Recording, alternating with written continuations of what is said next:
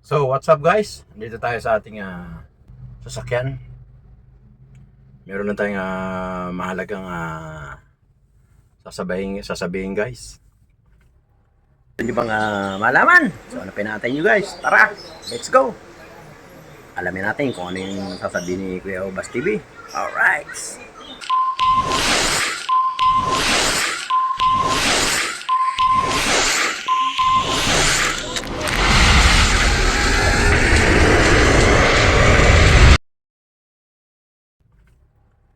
Kung ano ang ating sasakyan,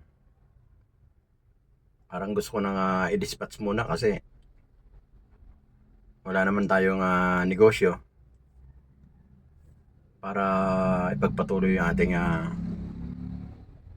pagkakaroon ng sasakyan. Sayang, nagsabay-sabay ang naging problema ni Kuya Obas TV.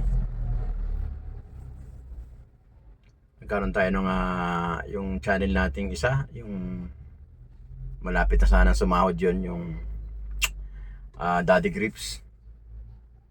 Kaso nagkaroon ng shadow ban, kaya nagkaroon tayo ng problema sa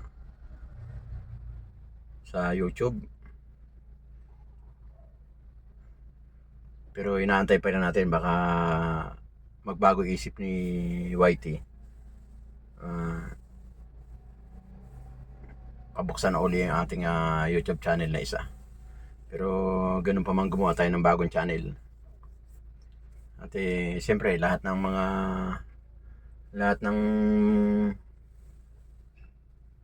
hindi dapat gawin, huwag na natin gagawin.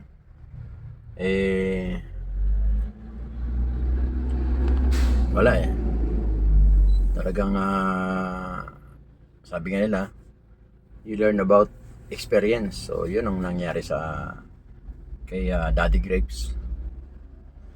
Pero okay lang, parang parang tinuruan lang tayo ng leksyon ni YouTube.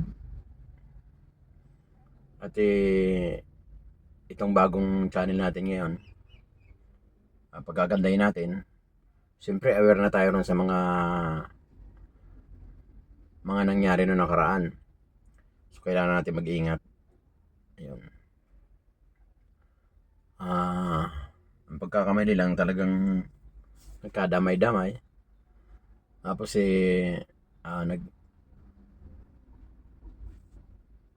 nag-resign pa tayo sa trabaho natin bilang Lazada courier. Yun, kaya gawa nung mga ganong hindi tayo makakapaghulog sa ating sasakyan. Kasi itong sasakyan ko guys, hindi ko to nabili. Bali ito, sinalo ko lang. May kulang pa ako konti. Hindi ko nga bayad-bayaran kasi wala tayong pagkukunan ng pambayad. Pero tinatry pa rin natin, baka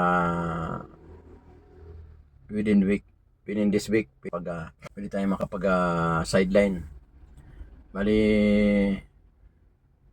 mamayang gabi magsosorbi tayo lahat, pupuntahan natin ating mga kaibigan natin dati sa trabaho.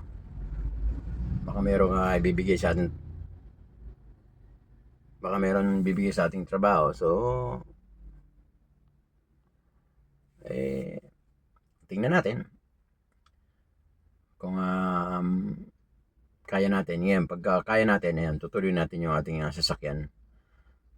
Konti lang naman ang hulog nito, pero mahirap kasi pag wala kang pinagkukunan ng ng panghulog sa sasakyan mo. Kahit maliit lang na bagay, pag nagsama-sama, bayarin sa kuryente, bayarin sa tubig, tapos wala kang income na maganda. So yun lang. So kailangan natin talagang magtrabaho at malaman natin kung ano yung pagkakamali natin.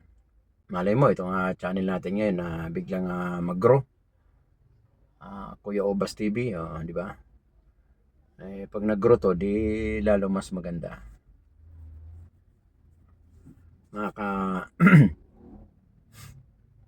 tulong-tulong tayo sa ating mga kaibigan at saka ating mga kababayan.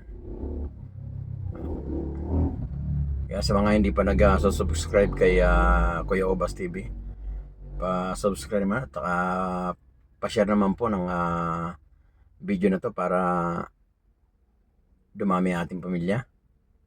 At watch hour lang naman inaantay natin. Pag na ano na yung watch hour nating YouTube channel na Kuya Obas TV, yan, mamumuni na naman tayo, pero ayusin na natin kasi kailangan natin ayusin na. Kailangan magkaroon, wala na tayong mga copyright, wala na akong linis agad. Dati kasi pag nagka-copyright, may copyright ako, hindi ko nililinis. Kaya yun, nagkaipon-ipon hanggang nagkaroon ng shadow ban, ayun, nagkaipon-ipon. Kaya tayo na technical ng YouTube. Pero ganun pa man, ginagawa natin na lahat na mabawi natin yung ating YouTube. Nagpapatulong ako rin sa ating mga kaibigan. Mali mo, magawa natin uli, mabawi natin sa sa YouTube channel. Baka mabawi natin yung Daddy Grapes. Hopefully, masa pa rin tayo. Malay mo, pagbigyan tayo kasi nag-appeal ako ron Wala pang feedback si YT, kaya inaantay ko. Yan ang hirap. Kung kailan konti na lang, $20 na lang, sahod ka na sana. Hindi tayo pinalad, pero hindi pa naman ako nawawalang pag-asa. Malay mo, sa sunod na itong YouTube channel natin ngayon, pala rin tayo. Dasal lang, baka sakasakali. Di ba? Hindi naman lahat ng araw namamalas tayo. Kakibat yung malas, hindi naman. Meron ding mga araw na talagang mali mo munin na tayo. Kaya abang-abang na lang guys, at pa-subscribe naman, payakap naman sa YouTube channel ko, Kuya Obas TV. So huwag na natin patagalin guys, hanggang dito lang. Maraming salamat at magandang araw sa inyo. Ay, hindi pala, magandang maulan na araw sa inyo lahat.